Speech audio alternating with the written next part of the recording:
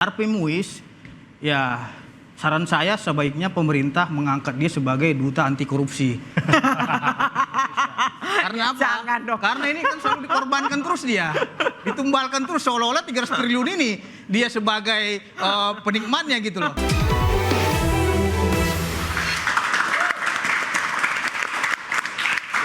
Anda kembali di Interupsi Pemirsa, langsung Bang Pitra tadi kepotong agak kentang tadi ya, silakan. Ya, yang pertama kita harus memberikan apresiasi kepada Presiden Republik Indonesia karena di balik pernyataan-pernyataan daripada Bapak Prabowo ini mungkin orang tidak tahu.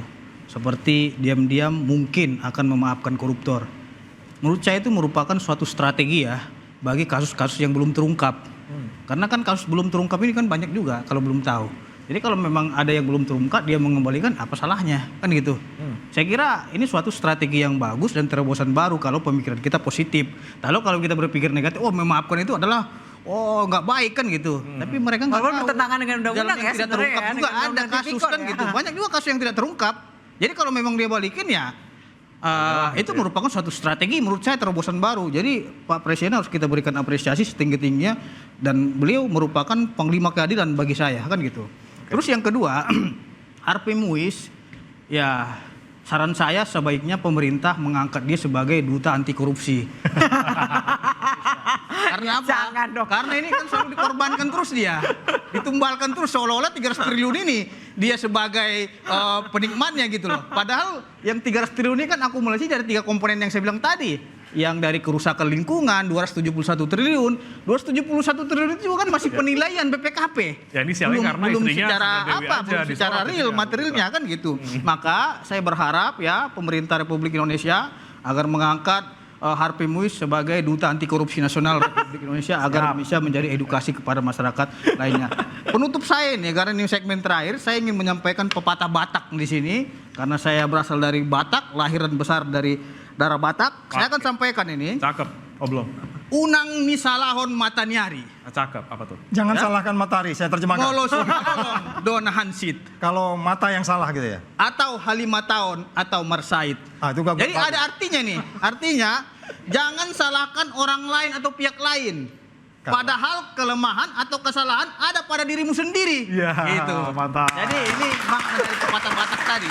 Kita harus bercermin juga. Jangan kita bilang oh ini padahal diri kita juga munafik gitu. Nah itu yang saya sampaikan dalam testimoni terakhir ini. Silakan, Mas Al. Ya, jadi sekali lagi saya mengingatkan kita bisa nggak ya menaikkan angka indeks persepsi korupsi yang kita dapat 34 ini. Ada 9 lembaga yang menilai, ya mulai dari cara kita bersaing, cara kita memberi izin dan seterusnya.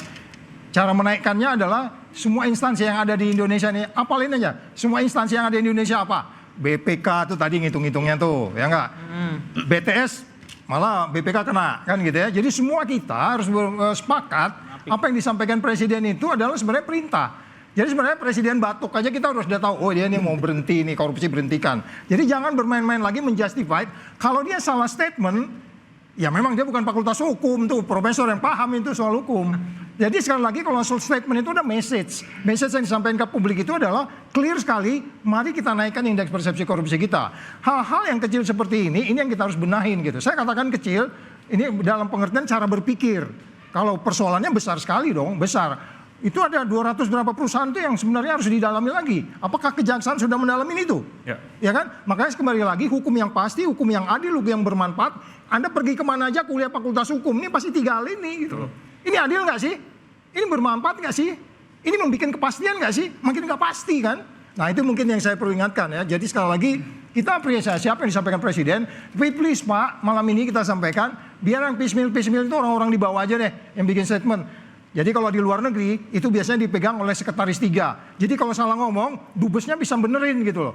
Kalau sekarang kan kalau Pak Presiden ngomong kan susah benerinnya. Malah yang di bawah takut mengkoreksi Pak Pak Nasrullah ya. Nah itu udah biarin orang di bawah aja. Jadi Bapak diam aja, panggil, ini gimana nih?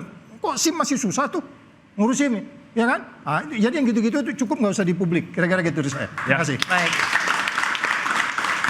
Jadi apa yang dikatakan oleh Pak Prabowo itu koruptor bisa dihukum 20 tahun. Sebetulnya secara hukum sudah sudah tercover ya di dalam hukuman seumur hidup. Itu lebih dari 40 tahun tuh, ya kan? Tapi memang tidak disebutkan itu. Kemudian yang soal presiden mau memaafkan koruptor ya kan.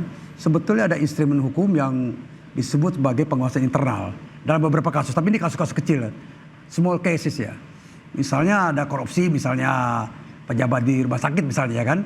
Ketahuan ada pemeriksaan BPKP, ada kerugian negara karena penyalahgunaan. Kemudian dia setor uang itu. Ya kan selesai urusannya. Nah ini kayak gini-gini. Tapi kalau untuk kasus besar, wah ini susah. Terungkap baru.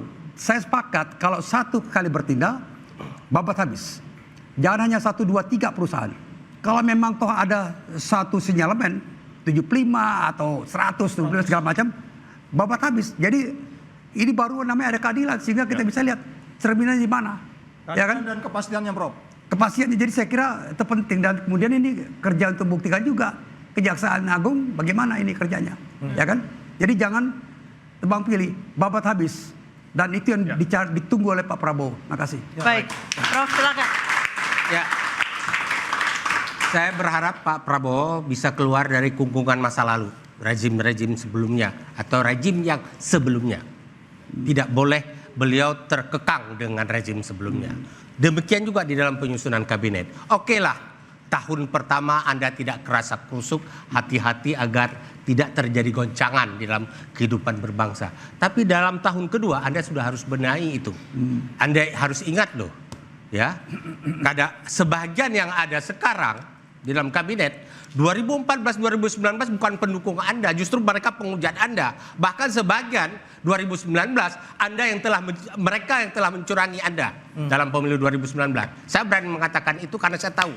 Nah, kemudian Pak Prabowo, Anda bicara penegakan hukum boleh, bagus. Tapi jangan melakukan intervensi di dalam penegakan hukum dalam kapasitas sebagai kepala pemerintahan. Namun dalam kapasitas sebagai kepala negara Anda harus membenahi penegakan hukum. Tapi jangan masuk dalam kasus per kasus yang mikro. Bicaralah secara umum makro. Karena kepala negara salah satunya memimpin lembaga eksekutif, yudikatif, legislatif, ya, dan lain-lain. Ya, Anda harus pimpin itu. Dan pilih orang-orang yang benar, jangan orang-orang yang seharusnya disapu lagi. Ini kayak Pak. Betul. Nah, angka 50 tahun yang disebutkan oleh Presiden Prabowo, jangan dipikirkan angka 50 tahunnya, tapi adalah semangat pemberantasan korupsi yang digelorakan oleh Presiden Prabowo Subianto. Kata saya Anissa Dasuki. Saya Brema Latenaya. Sampai Kita jumpa minggu depan.